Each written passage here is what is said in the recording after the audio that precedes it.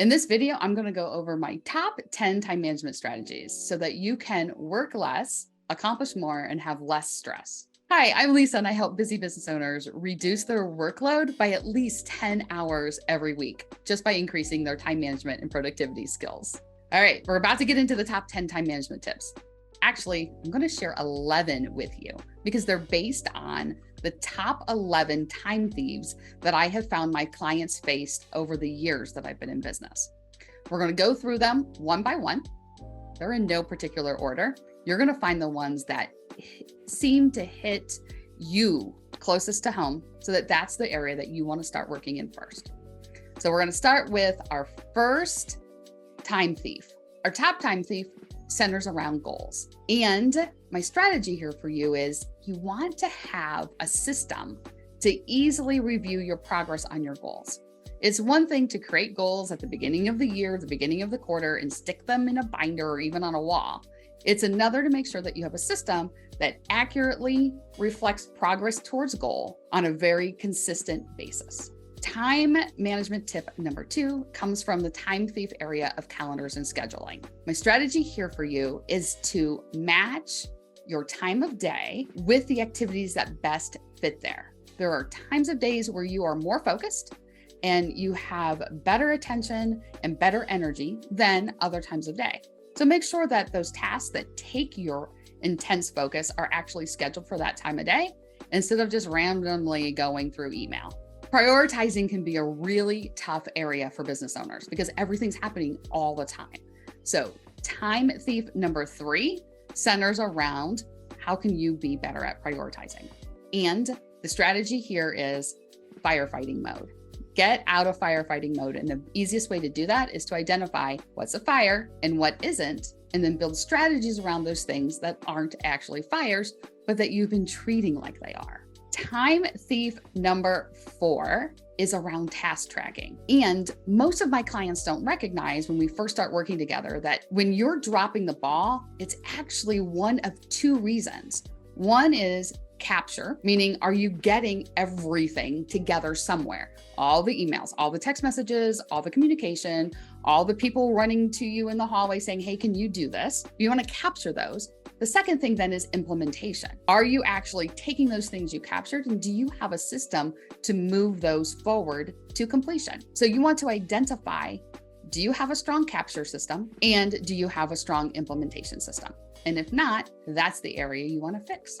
Time thief number 5, we all procrastinate. Research shows every single one of us procrastinates. The key is to figure out why we're procrastinating and fix it quicker instead of just wallowing in the I'm trying to do this, I can't do this, why can't I do this place. That's just demoralizing. Typically, it'll be one of 2 reasons. There's either a lack of clarity, meaning you're missing information in order to move forward. You haven't identified the next smallest step, or there's a lack of brain space. Your brain is flying around in 1,000 directions at once, and you're just not exactly sure then where to start, what to do, anything. So figure out which one of those 2 it is, and then create the solution based on that challenge. Time thief number 6 is not being able to manage projects well. And there can be a lot of reasons here, but the strategy I'm going to share with you today is how to accurately estimate your time. Anything that you do over and over again, you should have a pretty good idea of how long it takes just because you've done it all the time. When you're planning out a project, go ahead and multiply that amount by 1.5.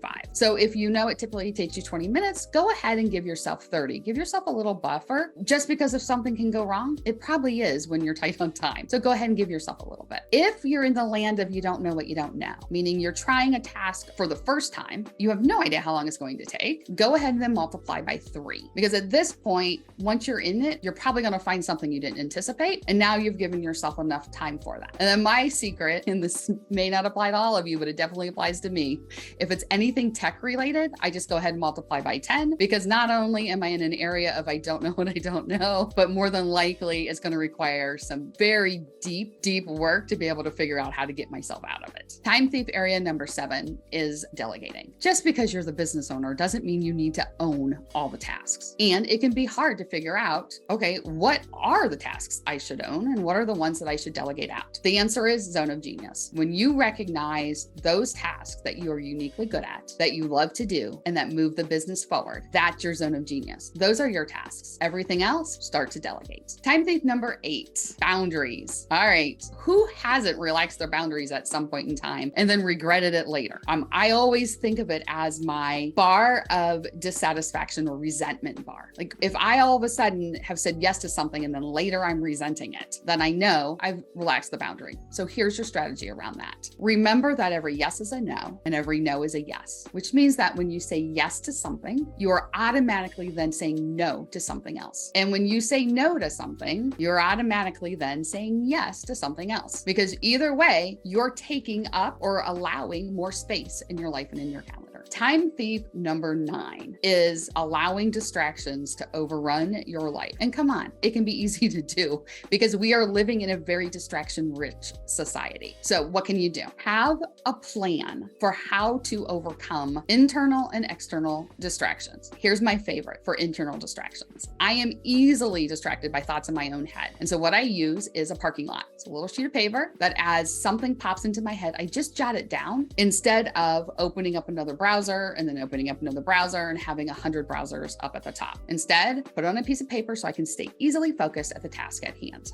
Time thief number 10 is email and file management. There can be a lot of stuff sitting on your computer or in the file cabinets or piled in piles and on your chair and on your desk and all of those things. And so the key here to be able to easily reach in and find something, whether it is paper or it is digital, is to have the same naming system regardless. If you file client files by last name, then you do that in the file cabinet, and you also do that same way in your digital files, whether it's in your email, it's in Google Drive, it's stored on your desktop, no matter what it is, same naming system all the time. And now for our bonus tip, time thief number 11. It is about managing your energy and managing your stress. When you get up in the morning and you go nonstop all day long, farther you get into your day, the less effective you are, is just reality. You want to schedule in periodic breaks. And according to research, here are the qualities around the most effective break. 20 minutes at least in length, moving, outside when possible, disconnected from technology, and social if you can do it. So the